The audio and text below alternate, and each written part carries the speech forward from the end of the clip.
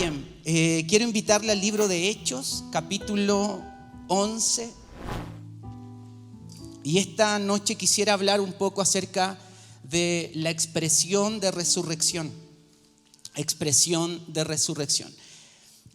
Libro de Hechos, capítulo 11. Vamos a leer del versículo 19 hasta el 26. Hechos, capítulo 11. Del 19 al 26. Si lo encontró, póngase en pie. Vamos a leer la palabra del Señor. Y dice así: ahora bien, los que habían sido esparcidos a causa de la persecución, diga conmigo persecución, que hubo con motivo de Esteban, pasaron hasta Fenicia, Chipre y Antioquía, no hablando a nadie la palabra, sino solo a los judíos. Pero había entre ellos unos varones de Chipre, de Cirene, los cuales cuando entraron en Antioquía, hablaron también a los griegos, anunciando el evangelio del Señor Jesús. Y la mano del Señor estaba con ellos, y gran número creyó y se convirtió al Señor. Llegó la noticia de estas cosas a oídos de la iglesia que estaba en Jerusalén, y enviaron a Bernabé que fuese a ver hasta Antioquía. Cuando llegó y vio la gracia de Dios, se regocijó y exhortó a todos los que con propósito de corazón permaneciesen fieles al Señor. Diga conmigo, permanecer fiel. Eso. Porque era varón bueno y lleno del Espíritu Santo y de fe, y una gran multitud fue agregada al Señor. Después fue Bernabé a Tarso para buscar a Saulo, y hallándole le trajo a Antioquía. Y se congregaron allí todo un año con la iglesia y enseñaron a mucha gente. Y a los discípulos se les llamó cristiano por primera vez en Antioquía. Amén. Tome asiento, por favor. La palabra del Señor está leída. Y yo quisiera quedarme con esa última frase que dice: y a los discípulos se les llamó cristiano por primera vez. Diga conmigo, cristianos por primera vez. El libro de los Hechos aparece un episodio donde una comunidad vio un grupo de personas evangelizando y compartiendo la palabra de nuestro amado Señor Jesucristo. Y esta iglesia de Antioquía vio en estas personas que evangelizaban el mensaje del Señor, vieron algo particular. Recuerde que Antioquía era un lugar donde habían gentiles, entonces era un lugar donde la palabra del Señor comenzó a expandirse a través de los discípulos y a través de la expansión del evangelio, por causa de que un hombre llamado Esteban había sido martirizado por causa de su fe. Entonces vemos en este punto a este grupo de personas viendo cómo los discípulos y las personas predicaban el evangelio, y se les llamó cristianos por primera vez.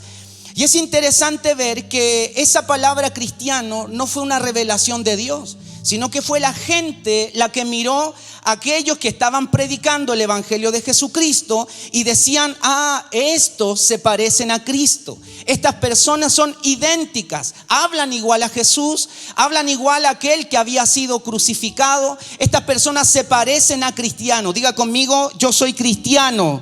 Diga, y soy hijo de Dios. Entonces, en ese momento, por primera vez en la historia, los seguidores de Cristo fueron llamados cristianos. Y las razones podrían ser varias. La vestimenta, podría ser el lenguaje. De hecho, usted se recuerda la historia cuando Jesús fue tomado y lo iban a llevar y le iban a hacer un juicio injusto, y estaba ahí Pedro por ahí y le dijeron: tú eres uno de ellos, tú te pareces a uno de ellos. Y la gente lo reconoció por su vestimenta, la gente lo reconoció por su vocabulario. ¿Y qué? Usted conoce la historia.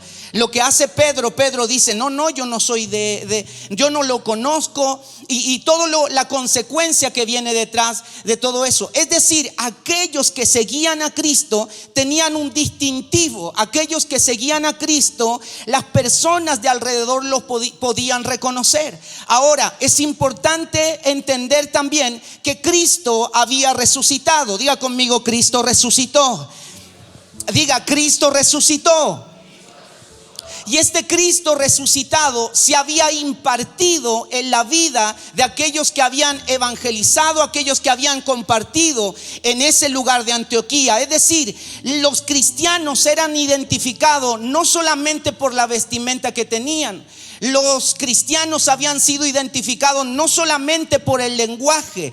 Ellos eran identificados, habían sido identificados porque había una porción espiritual que ellos portaban y que solamente era característica de aquellos que habían reconocido a Jesús como Señor y Dios. Y esa característica era la impartición del Espíritu Santo. Eso les llevó a predicar el evangelio, eso les llevó a estar dispuestos a dar la vida por causa de haber recibido a Cristo por fe y haber reconocido a Cristo como Señor y Dios. Es decir, la palabra cristiano fue una calificación para los creyentes y para los apóstoles que habían reconocido a Jesús como Señor y Dios. Es decir, los creyentes eran el transporte y la expresión de un Jesucristo resucitado.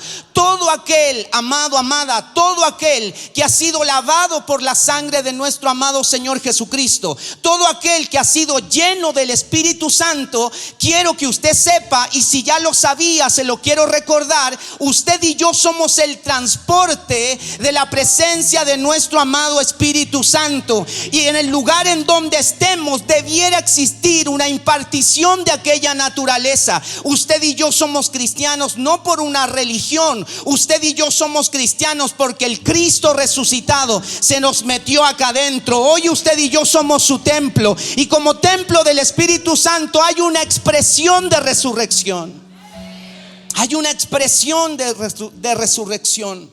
Amados, una naturaleza que había sido contaminada por causa del pecado y la muerte había afectado el propósito del Señor. Pero ahora, después de la resurrección de Cristo, Jesús estableció todas las cosas en su orden. Él fue el punto de transición entre Dios y los hombres. Fue el puente para que el hombre pudiera acceder a esa gracia y poder volver a la comunión que se había perdido por causa del pecado. Después de que Adán y Eva murieron por causa del pecado, Dios activó un plan de redención para el hombre. Diga conmigo, plan de redención. Diga, en ese estoy yo. En el Antiguo Testamento podemos ver que desde el Génesis hasta el Apocalipsis, hasta Malaquías, se establece a modo de promesa este plan de redención y nos muestra cómo el hombre sin Cristo no tenía la capacidad de sostener el propósito eterno. Por lo tanto, Dios tuvo que activar un plan de redención. Y usted se va a dar cuenta que en el Antiguo Testamento todos los hombres que fueron usados por Dios, aunque lo hicieron con muy buena motivación, no pudieron dar la talla para conectar esta relación que se había perdido.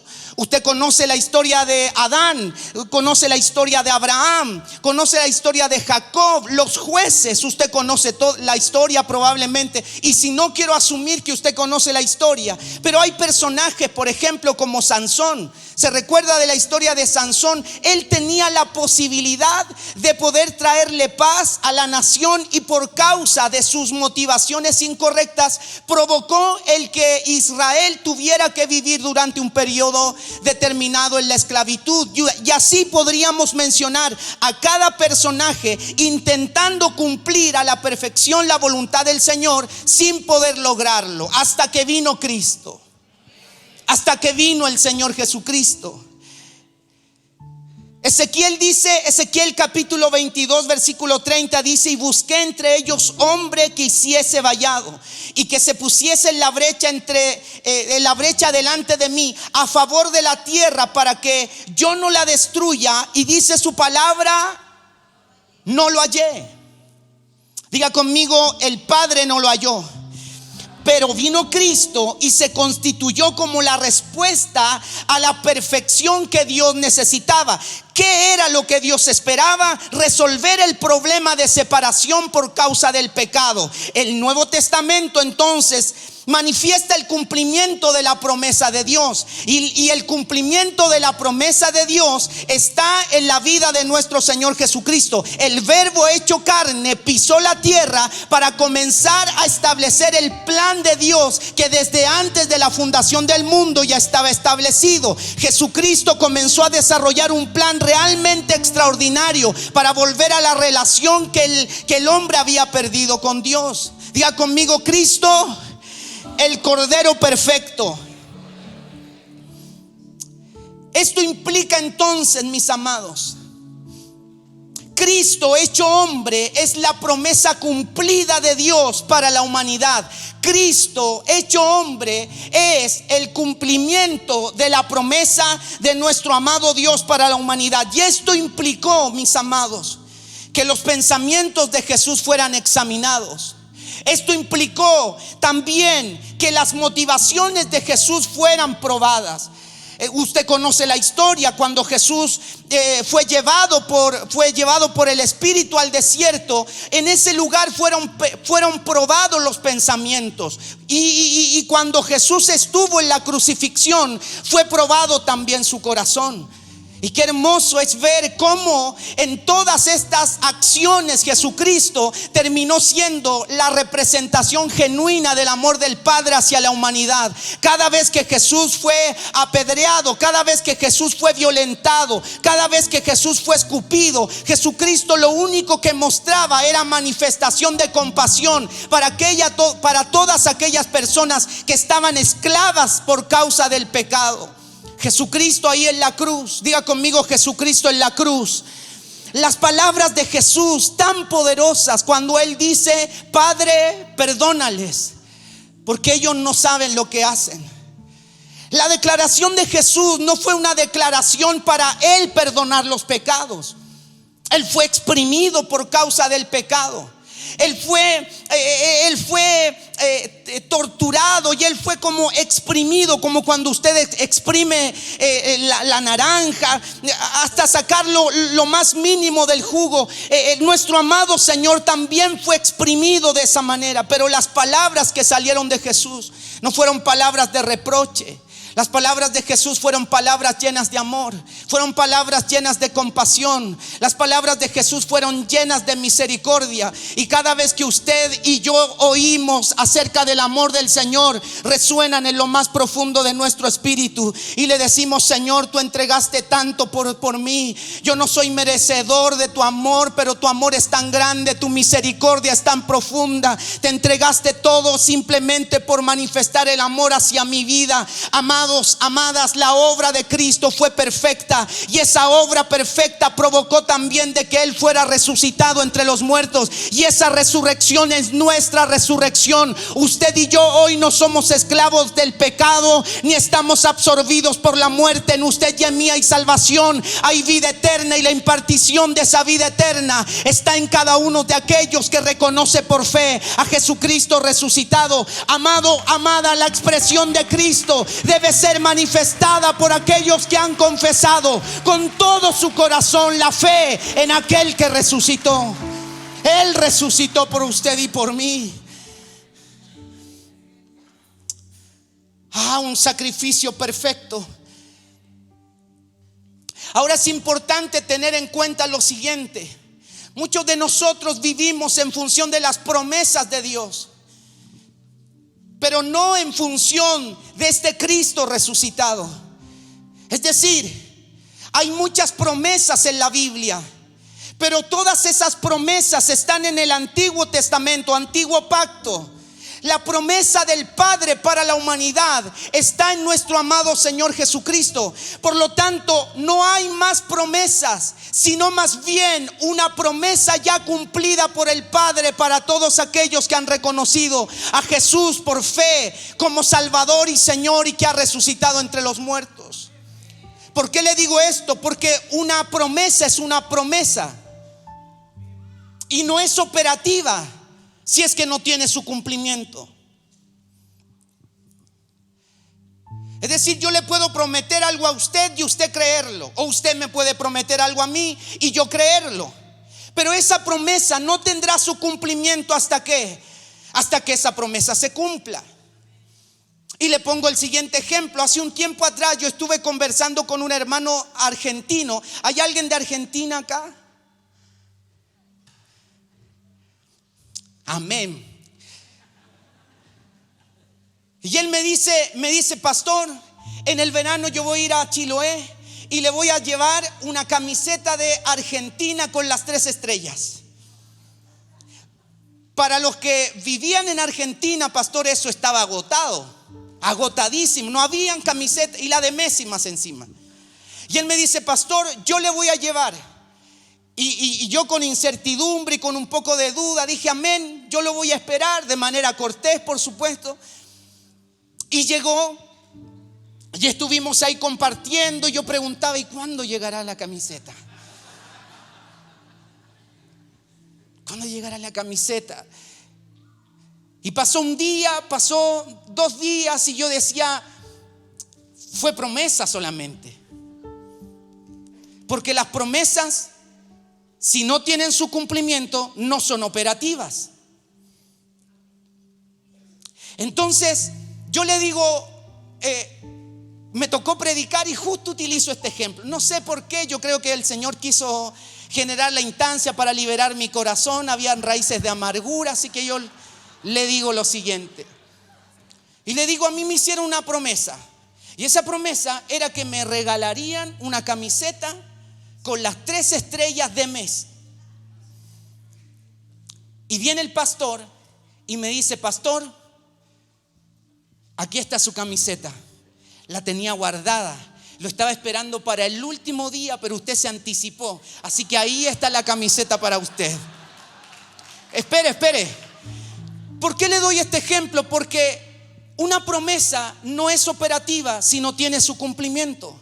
Entonces, cuando el Padre da una promesa y dice que la redención del hombre vendría a través de Jesucristo, eso fue una promesa, pero tuvo su cumplimiento cuando Cristo nació. Nuestro amado Emmanuel, Dios con nosotros, es el cumplimiento de la promesa del Padre. Usted no necesita esperar más promesas de Dios, porque Dios ya entregó su promesa sobre cada uno de aquellos que han sido redimidos por la sangre de nuestro amado Señor Cristo. Nuestra verdad presente y la promesa del Padre para cada uno de nosotros.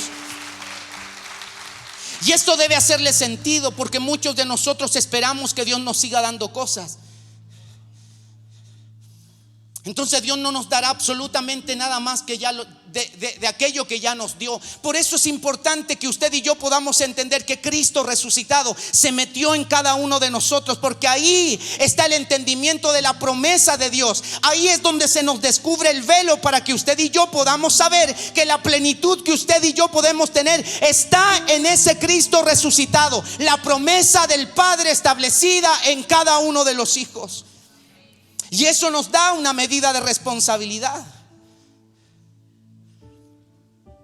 Y nos da una medida de responsabilidad porque entendemos, y gracias al Señor usted está acá, porque ustedes son los valientes que vienen el día viernes, yo lo sé.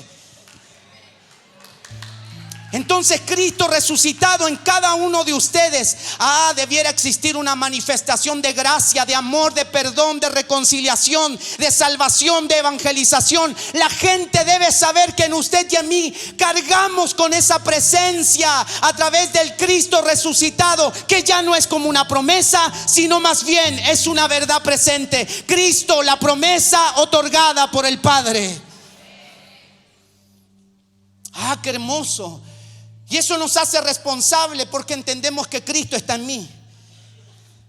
Y ese Cristo está en mí, entonces debiera dar en cada uno de nosotros una medida de referencia a la humanidad, de que Cristo está en nosotros. Si su esposo no ha sido convertido por causa de que Cristo habita en usted, usted es la representación de Cristo para la familia. Si su jefe, usted está esperando que su jefe se acerque a los pies del Señor, usted debiera ser entonces ese Cristo resucitado, impartido para para que usted pueda compartir y predicar no solamente de lo que habla, sino también la impartición de esa naturaleza espiritual.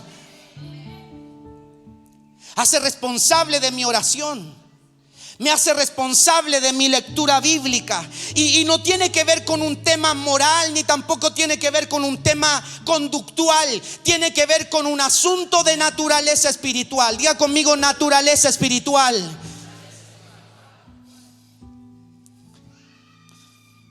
Esa naturaleza espiritual por causa de la obra preciosa de nuestro amado Señor Jesucristo. Amado, una promesa solo es verdad cuando es tangible. Si no es tangible, aunque sea verdadera, no es operativa porque no está presente. Hoy yo tengo la camiseta y de pronto me la pongo y yo digo: mi verdad presente. Así es Cristo, amado, amada. Así es Cristo, nuestra verdad presente. Por eso usted no lo tiene que buscar. Cuando usted dice: voy a buscar al Señor, yo lo entiendo. Y no hay problema en eso, no tiene que ver con un asunto de vocabulario. Pero no es que usted lo tiene que buscar, es que Él ya nos encontró. Es que no es que usted tiene que buscar bendición, sino que entiende que como Cristo resucitado ya está en usted y en mí, entonces ahí estamos bendecidos con toda bendición espiritual. Es entender que es en Cristo donde se absorbe la depresión del ser humano, que es en Cristo metido acá adentro que produce que la tristeza se convierta en gozo y el llanto en alegría. No es un asunto emocional, es un asunto de naturaleza espiritual. Entonces lo que debemos pedirle al Señor es que Él se pueda dar a conocer de manera más profunda. Y no a través de mi devoción solamente, sino más bien a través de mi convicción. No solo devoción, sino también convicción. Porque aquí entre nosotros la devoción es fácil. No hay que hacer nada para tener devoción. Solamente ponerse en un contexto determinado donde hay euforia, donde hay alegría. Pero la devoción es fácil. Diga conmigo: la devoción es fácil. La devoción tiene que ver un poco con la pasión. Si hablamos de fútbol, pues nos podemos poner a pelear qué equipo es mejor, porque tiene que ver con la pasión, tiene que ver con la devoción. Pero la convicción no basta solamente con que usted y yo tengamos devoción, porque la convicción se trabaja. Diga conmigo: la convicción se trabaja. Y para muchos de nosotros es más fácil expresar devoción que vivir en esa convicción del Cristo resucitado. Porque la devoción la podemos expresar acá, pero la convicción no es suficiente con que usted y yo podamos expresar la devoción acá. La convicción se produce en la medida en que usted y yo tenemos comunión con el Señor, porque para la devoción usted no necesita tener comunión con el Señor, pero sí necesita tener comunión con el Señor para tener convicción, porque es en esa comunión con el Señor en que usted desarrolla convicción. Ahí en lo íntimo el Señor le habla, ahí en lo íntimo usted tiene experiencias sobrenaturales, ahí en lo íntimo el Señor le abre las escrituras, y para eso se requiere una medida de esfuerzo. Usted y yo entendemos que la convicción se necesita que pongamos una parte nosotros, porque el todo ya lo puso el Señor. Él puso su gracia, Él puso su favor, Él puso su Espíritu Santo en nosotros para llevarnos a toda verdad. El punto no es la devoción que podamos tener por el Señor, sino las convicciones que podamos tener en Él. Porque cuando usted esté en medio de la persecución, la devoción no será suficiente. Lo único que nos sostendrá en medio de la angustia, en medio de la desesperación, Lo único que nos va a sostener en medio de los fracasos, en medio de los temores, será la convicción que podamos tener. Y esa convicción que usted y yo tenemos, ya la hemos mencionado. La resurrección de Cristo se ha metido acá adentro. La resurrección de nuestro amado Señor la vivimos en todo tiempo. Por eso el salmista decía: en todo tiempo te alabaré. Por eso el apóstol Pablo hablaba respecto de esta obra preciosa a través de nuestro amado Señor Jesucristo. Amados, amadas, la convicción que usted y yo podemos tener es que Cristo resucitado está como verdad presente para cada uno de nosotros. La promesa del Padre se cumplió en Cristo, y eso para usted y para mí debiera traer una convicción profunda. Entonces no busque al Señor.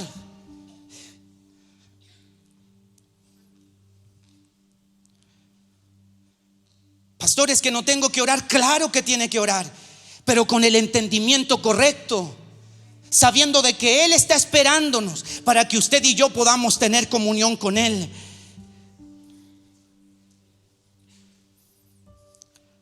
Diga conmigo: convicción. Si Cristo no es revelado, entonces las promesas solo producirán expectativa, esperando recibir algo más de Dios. Pero si Cristo se revela, entonces se revela también el cumplimiento de las promesas. El amor que usted necesita está en Cristo. La bendición que usted está esperando está en Cristo. La sanidad que usted y yo esperamos está en Cristo. El perdón está en Cristo. La salvación está en Cristo. La fe está en Cristo. La paternidad está en Cristo. La justificación está en Cristo. En Cristo a usted se le añade sabiduría, usted crece en carácter, crece en disciplina. Por eso es importante que Cristo se pueda revelar a cada uno de nosotros. Mis amados, Colosenses capítulo 1 versículo 15 dice que Él es la imagen del Dios invisible, el primogénito de toda creación, porque en Él fueron creadas todas las cosas, las que hay en el cielo y las que hay en la tierra, visibles e invisibles, sean tronos, sean dominios, sean principados, sean potestades. Todo fue creado por medio de Él y para Él, y Él es antes de todas las cosas, y todas las cosas en Él subsisten, y Él es la cabeza del cuerpo, que es la iglesia. Él es el principio, el primogénito de entre los muertos, para que en todo tenga preeminencia, por cuanto agradó al Padre que en Él habitase toda la plenitud, por medio de Él reconciliar consigo todas las cosas, así las que están en la tierra como las que están en el cielo, haciendo la paz mediante la sangre de su cruz. Amados, el evangelio no es una religión, el evangelio es una persona, y esa persona es Cristo, y puede ser expresada por medio de la iglesia. Expresada por medio de la iglesia. Ahora mira el que está a su lado y diga: yo soy la iglesia. Y esa convicción, ¿verdad? Mírelo, diga: yo soy la iglesia. Dígale: yo soy templo del Espíritu Santo. En mí habita Cristo. En mí está la plenitud de Cristo. Todo lo que necesito no está fuera de Él. Todo lo que yo necesito para vivir en ese propósito eterno es que Cristo se pueda revelar acá de manera profunda. Por eso el apóstol Pablo decía que nada me separará del amor de Dios que es en Cristo Jesús, Señor nuestro. Por eso Cristo se tiene que revelar, porque si Cristo se revela, entonces se revela su resurrección.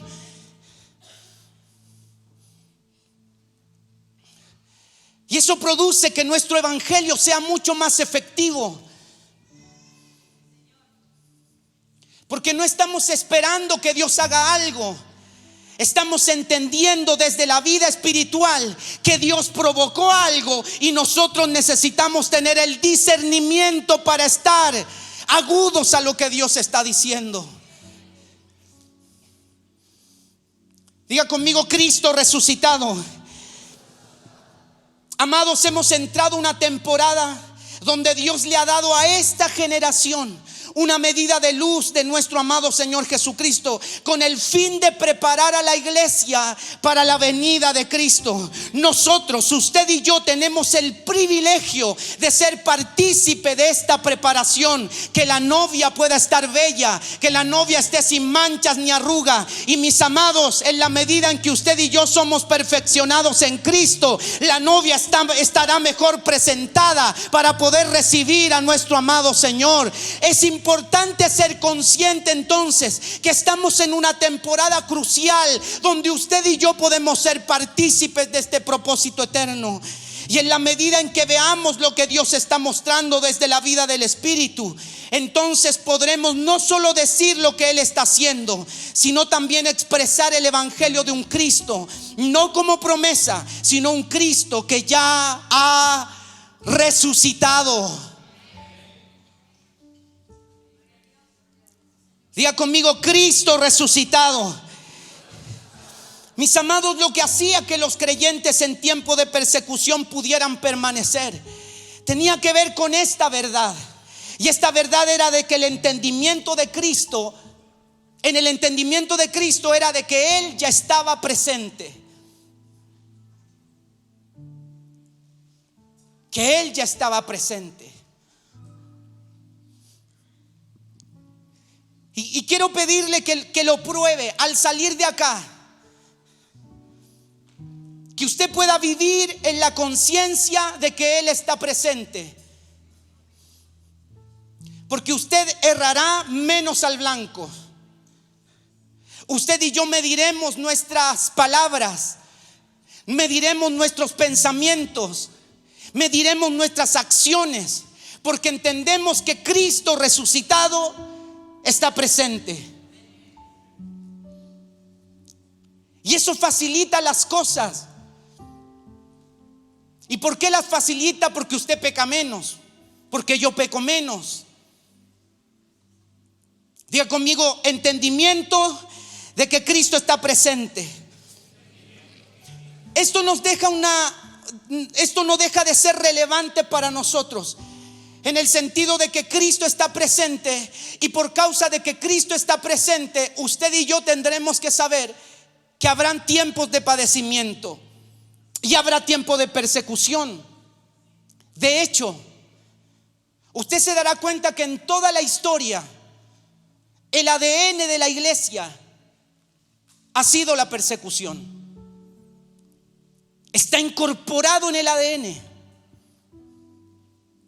Mira el que está a su lado, dígale: está incorporado el ADN de la persecución. Mire, muchos de ustedes son creyentes y en su trabajo a usted siempre lo desplazan por causa de no querer corromper su vida, y que usted procede de manera íntegra, y que cuando se pregunta acerca de asuntos morales, a usted no lo hacen partícipe. Porque quiero que sepa muy bien que en la medida en que usted y yo vivimos en la verdad, eso producirá también de que las tinieblas quieran operar en contra de usted para quitarle la autoridad. Porque el ADN del creyente está incluida la persecución. Diga conmigo amén.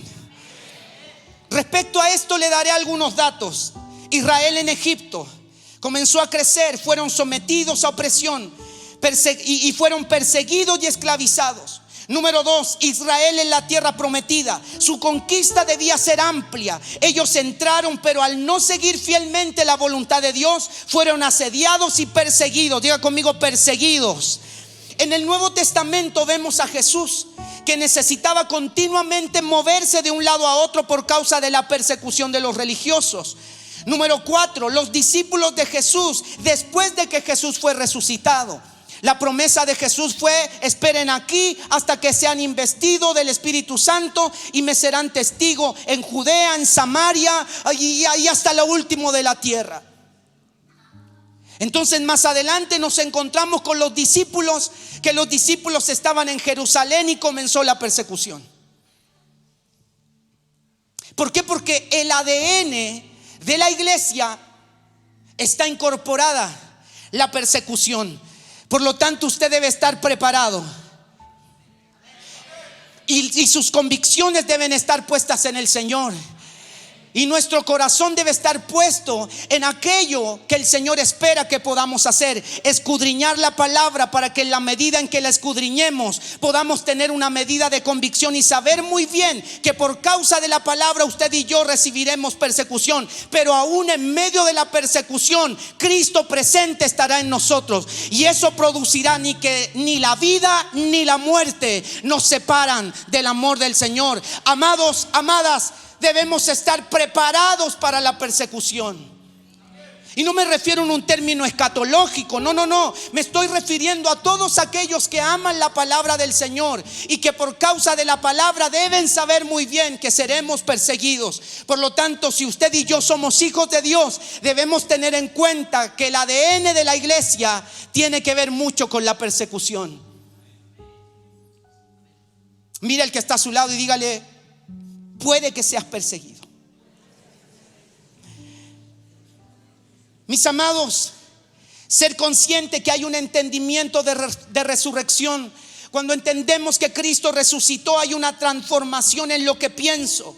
Es decir, es renovado continuamente el espíritu de nuestro entendimiento. A eso el apóstol Pablo le dice la mente de Cristo. Mas vosotros tenéis la mente de Cristo. ¿Cuál es la mente de Cristo? Una vida con el entendimiento de que Cristo ha resucitado. Cuando hay entendimiento entonces de su resurrección, además de una transformación en lo que pienso, hay una transformación en lo que hablo. Diga conmigo: hay una transformación en lo que hablo. Mi lenguaje no conecta con las palabras del mundo. No conecto con la enfermedad. No conecto con la necesidad. Cuando usted y yo entendemos que Cristo resucitó y entendemos también que sus palabras han sido cambiadas en mi vida, que han sido transformado mi vocabulario, entonces usted se dará cuenta cuando hay personas que están naturalmente conectadas con la realidad. Y su lenguaje se va a notar. Pero usted y yo que estamos en Cristo, y usted y yo que entendemos que Cristo ha resucitado y que mora en nosotros, entonces nuestro lenguaje debiera tener la finalidad de conectar a la gente con el Señor, al despreciado conectarla con el Señor, aquel que tiene necesidad conectarla con el Señor, aquel que está enfermo conectarla con el Señor. ¿Por qué? Porque no solamente ha cambiado nuestra manera de pensar, sino también ha sido transformado nuestro lenguaje. Diga conmigo: transformación. Hay una transformación también en lo que escucho. Diga conmigo: lo que escucho.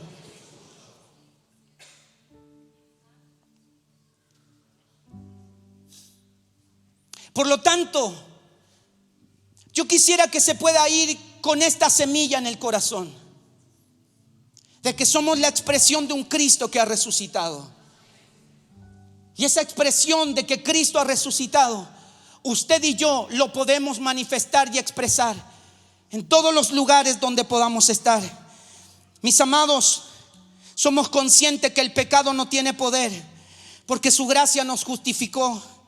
La muerte no tiene autoridad, porque la muerte fue vencida en la cruz del Calvario. Y desde este ámbito, yo no le pido a Dios que haga lo que yo quiero, sino más bien yo me pongo a disposición para ser usado en función de lo que Él espera. Porque la medida del entendimiento que yo tengo de esa voluntad será la medida también de la obediencia que yo voy a tener a su palabra. La obediencia me perfecciona, y el perfeccionamiento de mi vida embellece a la iglesia para prepararla a la venida de nuestro amado Señor Jesucristo. Diga conmigo: verdad presente. A esto Juan el Bautista dice lo siguiente: es necesario que Él crezca y que yo mengüe.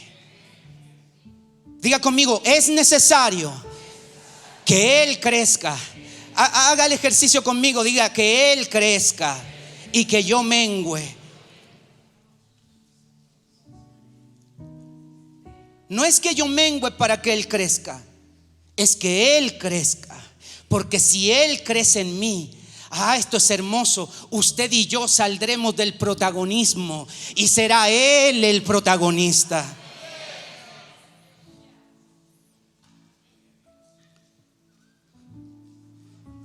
Amados, en la medida que Él crece, nosotros podemos ser la expresión que Él espera.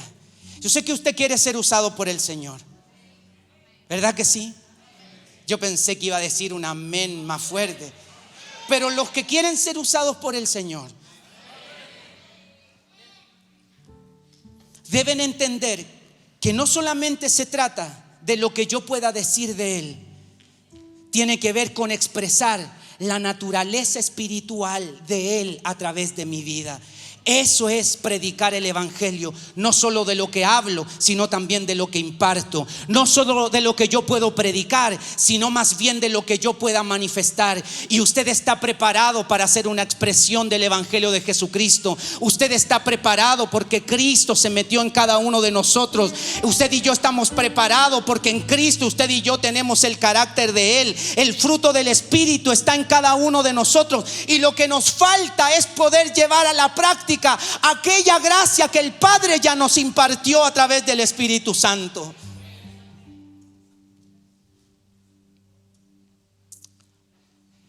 Eso trae claridad y eso trae convicción. Un nuevo entendimiento entonces produce un cambio de lenguaje. Y esta generación, dijimos, está preparada para una expresión de Cristo como nunca antes en la historia. Y esto no es una frase popular, sino por causa de la progresión de revelación de Cristo. Diga conmigo, Juan el Bautista. Juan el Bautista, cuando vio a Jesús, dijo: Él es el Cordero que quita el pecado del mundo. Él tuvo una versión de nuestro amado Señor Jesús. El punto está que cuando cayó en la esclavitud por causa de estar preso por anunciar el mensaje del Señor, mientras él estaba en la cárcel, él le dice a sus discípulos, le dice: vayan y pregúntenle si es él o tendremos que esperar a otro. ¿Se recuerda de la historia? Y uno pregunta: pero si él fue el que declaró públicamente: este es el Cordero que quita el pecado del mundo, ¿por qué ahora está preguntando si era él o tendríamos que esperar a otros? ¿Sabe por qué? Porque los tiempos de oscuridad generalmente traen dudas a nuestras convicciones. El punto está en que a Juan el Bautista se le había revelado un Jesucristo de promesa. Porque Juan el Bautista no vio a Jesús resucitado, lo vio como promesa. Entonces, al verlo como promesa, él estaba esperando algo más. Y muchos de nosotros hemos visto a Jesús como promesa, como algo más que tenemos que recibir. Diga conmigo, Juan el Bautista tuvo una medida de revelación de promesa de Dios. Y escribí lo siguiente: porque cuando las promesas no se cumplen, nosotros nos llenamos de dudas y nos llenamos de incertidumbre. Como cuando yo estaba esperando la camiseta, a mí me vino la duda. Claro, porque una promesa no cumplida genera eso en el corazón. Pero hay otro ámbito, el de Pedro. Pedro tuvo las dos versiones de Jesús. Tuvo la versión de Jesús en la tierra y tuvo la versión del Cristo resucitado. Y el Jesús del que estaba en la tierra y Pedro siendo el discípulo. Piensen lo siguiente: cuando Pedro niega a Jesús, uno dice: pero ¿cómo negó a Jesús? Si vio los milagros, vio las señales. Él mismo había recibido la revelación. Cuando Jesús pregunta: ¿quién dice la gente que yo soy? Y Pedro dice: tú eres el Cristo, el Hijo del Dios viviente. Y Jesús le dice: la revelación que tuviste no te la dio no fue ni de sangre ni de carne, sino que fue el Padre quien te dio esa revelación. Ahora, esa revelación se establece el principio de la iglesia. El punto está en que uno se pregunta entonces: ¿cómo Pedro pudo haber negado a Jesús? Es que Pedro en esa instancia lo había visto como una promesa, pero no lo había visto como el Cristo resucitado, hasta que después de haber sido lleno del Espíritu Santo, dice su palabra que le predicó a más de 3,000 personas y la gente fue salva por causa de la predicación. Él estuvo dispuesto, después de haber sido lleno del Espíritu Santo, estuvo dispuesto hasta dar la vida por causa de lo que él había visto con sus propios ojos. Había visto a un Jesús natural, pero había visto posteriormente a Cristo resucitado. Esa resurrección fue la que le trajo la convicción a él. Luego vemos a Pablo.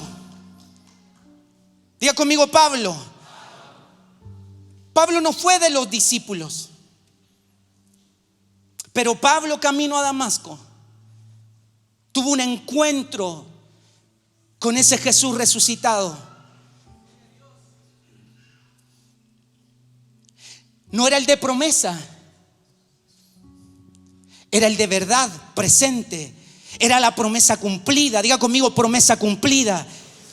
Pablo vio la promesa cumplida, y esa promesa cumplida fue la que le trajo tanta convicción de estar dispuesto a predicar. Mira, a mí me impresiona este hombre, porque lo apedreaban, lo tiraban fuera de la ciudad. Es lo que sea, se limpiaba la ropa y se iba de nuevo a predicar. ¿Cómo alguien puede tener esa pasión y esa convicción? Claro, porque Cristo se les había revelado, y cuando Cristo se les reveló, entonces es lo que anunció aquel misterio que había sido escondido en generaciones atrás. Había sido revelada a él para que él la pudiera entender a otro grupo de personas, y en esa entramos todos nosotros. Revelación que fue escondida y fue dada a conocer a través de la iglesia. La iglesia tiene la capacidad del Espíritu para representar a un Cristo resucitado acá en la tierra, y en esa iglesia es usted, esa iglesia es usted, esa iglesia es usted, esa iglesia soy yo.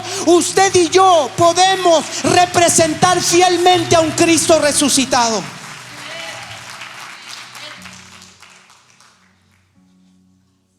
Diga conmigo, promesa cumplida. Eso debiera traerle a usted un evangelio mucho más profundo.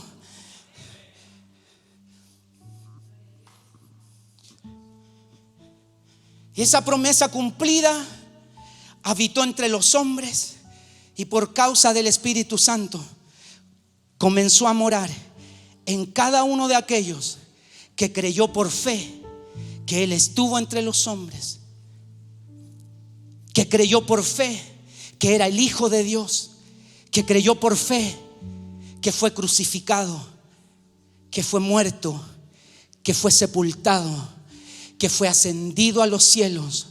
Y en ese nombre, ese nombre Jesucristo, nombre sobre todo nombre, y que ese nombre, a través de la presencia del Espíritu Santo, se impartió en cada uno de los creyentes. Todo aquel que cree que Cristo resucitó, entonces Cristo hace morada en cada uno de nosotros, para que nosotros podamos ser la impartición del cielo en todos los lugares de oscuridad, para que podamos ser la impartición del cielo en nuestra familia, la impartición del cielo en nuestro trabajo, la impartición del cielo, la iglesia de nuestro Señor Jesucristo, manifestando a ese Cristo resucitado. Eso eres tú. Eso es la iglesia, la expresión de un Cristo que ha resucitado. Póngase en pie, por favor. Mire, yo espero haber utilizado las palabras correctas, y oro en el nombre de Jesús que si hay una palabra que usted no lo haya recibido de manera racional, que sea una impartición a su espíritu. Pero usted debe saber, amado, amada, que cada vez que el Señor pone palabras espirituales, no hay una manera de cómo poder impartirlas.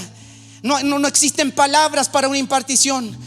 Pero lo que sí sé, amado, es que usted y yo necesitamos entender que ese evangelio tiene una expresión de un Cristo resucitado, y ese Cristo resucitado está en cada uno de nosotros. Diga conmigo, ese soy yo.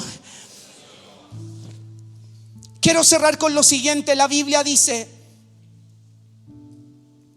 Hechos capítulo 2, que de pronto vino un viento recio y se manifestó el Espíritu Santo.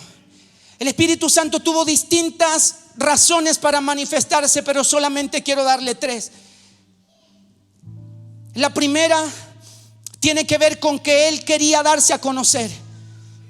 El Espíritu Santo manifestándose. Piensa en lo siguiente: en el principio Él solamente se movía sobre la faz de las aguas. Posteriormente vemos a Noé y al Espíritu Santo en señal de paloma y no teniendo un lugar donde reposar. Nos damos cuenta en el libro de Jueces, donde el Espíritu Santo venía sobre un hombre pero volvía a ascender. Venía y volvía a ascender. Descendía y volvía a ascender. Porque no había nadie que tuviera la capacidad para poder sostener al Espíritu Santo. Pero cuando vino Cristo, dice su palabra que los cielos se abrieron. Diga conmigo: los cielos se abrieron. Reciba esto: los cielos se abrieron para nunca más cerrarse. Los cielos se abrieron para que todo aquel que tuviera fe en Cristo pudiera entender que los cielos estaban abiertos. Que usted no necesita, mi amado, que los cielos se abran, porque los cielos, por causa de la obra de Cristo, ya están abiertos para usted y para mí. Y dice que posó sobre él el Espíritu Santo. La declaración del Padre fue: este es mi Hijo amado, en quien tengo complacencia. Porque la complacencia del Padre es que los hijos estén llenos del Espíritu Santo. Entonces, ¿cómo era la manera de que el hombre natural pudiera sostener y resistir la opresión y la persecución? Entonces, lo primero que el Espíritu Santo se quiso dar a conocer. Lo segundo es que el Espíritu Santo capacitó a la iglesia con poder y autoridad para predicar el evangelio a toda criatura. Fuimos investidos. Pero hay una más, que era para ser testigos. Diga conmigo: testigos. Ese ser testigo implicaba persecución. Entonces los discípulos y la gente, los 120 que estuvieron ahí, fueron llenos del Espíritu Santo para que el Espíritu Santo se diera a conocer. Número 2, para traer poder y autoridad. Y número 3, para que aquellos que habían visto con sus propios ojos pudieran perseverar en el tiempo. Y yo creo que usted está lleno del Espíritu Santo. Y creo que a usted se le ha impartido una porción del cielo para manifestar las virtudes de aquel que nos llamó de las tinieblas a la luz admirable. Pero por alguna razón, cada vez que el Señor a usted y a mí nos asigna una función ministerial, soltamos con tanta rapidez. Amados, amadas, y eso se tiene que resolver. Y eso se tiene que resolver cuando usted y yo somos conscientes de que Cristo resucitado se metió acá adentro. Y eso es una obra del Espíritu Santo. El Espíritu Santo lo que hace es traernos la revelación de Cristo.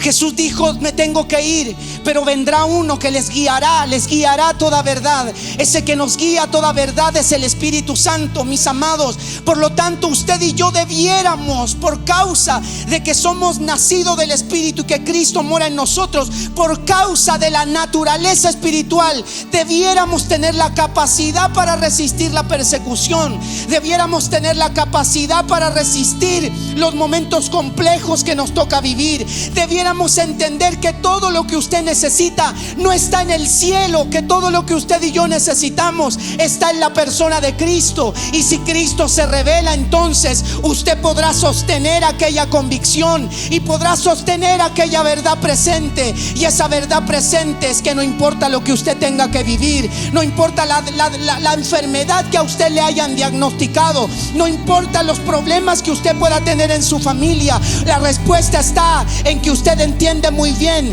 que puede ser una porción de la naturaleza espiritual para la gente que necesita. No te resistas a ser usado por Dios, porque todo lo que usted y yo necesitamos está en el entendimiento de que Cristo resucitado se impartió en cada uno de nosotros. Y antes de despedirme, yo quisiera que pudiéramos orar. No para que usted reciba una porción del Espíritu Santo, porque usted tiene la porción del Espíritu Santo. ¿Sabe para qué?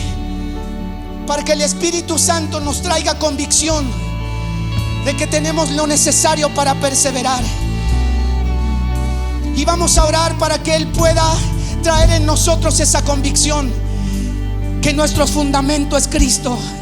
Y ese fundamento que es Cristo produce por naturaleza espiritual la capacidad de perseverancia, la capacidad de resistir tribulaciones, la capacidad de resistir los diagnósticos adversos, la capacidad de resistir las necesidades que puedas estar enfrentando. Amado, amada, usted tiene todo lo necesario para resistir. Como buen soldado de Jesucristo, usted tiene al Espíritu Santo metido adentro. Resista, amado. Levante su mano ahí al cielo y dígale al Señor: Señor, revélate a mi vida de manera más profunda. Te he conocido solamente como un Cristo de promesa. Amado, te pedimos que te reveles de manera profunda hacia nuestra vida, como la promesa cumplida, como aquella promesa cumplida. Amados, quitémonos el peso que nos asedia y corramos con paciencia. Corramos con paciencia, pero corramos la carrera que tenemos por delante, puesto los ojos en Jesús, el autor y consumador de nuestra fe. En Él está la convicción, en Él está la gracia, en Él está el perdón. Amado, amada, en Él está el perdón.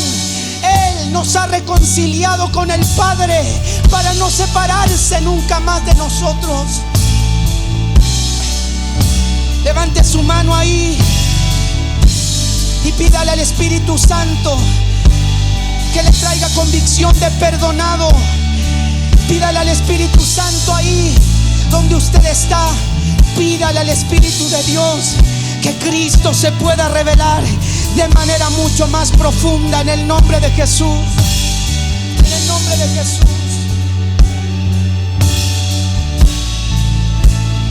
Revélate, amado Cristo. Revélate a tu iglesia. Revélate de manera más profunda. No queremos vivir solo de las promesas, queremos vivir de esa promesa ya cumplida. Cristo con nosotros, Emmanuel, Dios con nosotros. Ese Cristo que a través de su Espíritu Santo se metió adentro para resistir la persecución, para poder enfrentar las debilidades, para poder resistir la persecución, para resistir los momentos complejos que nos toque vivir. Cristo como verdad presente. Levante sus manos al cielo.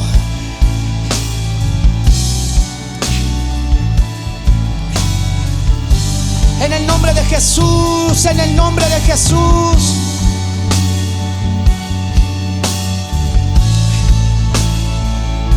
Cristo, verdad presente.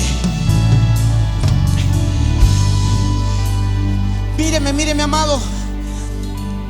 Quiero que entienda lo siguiente. La Biblia dice, Jesús dice: el que crea en mí, de su interior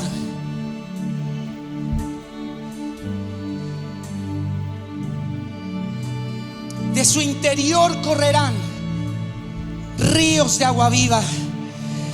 Es decir, lo que usted está esperando por fuera se tiene que producir desde adentro hacia afuera.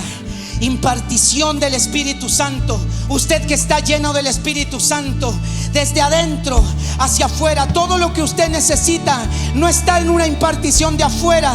Todo lo que usted y yo necesitamos está en aquella presencia del Espíritu Santo. El que crea en mí, de su interior, como dice la Escritura, correrán ríos de agua viva. Esos ríos de agua viva serán sanidad para la gente. Esos ríos de agua viva será una palabra que la gente necesita.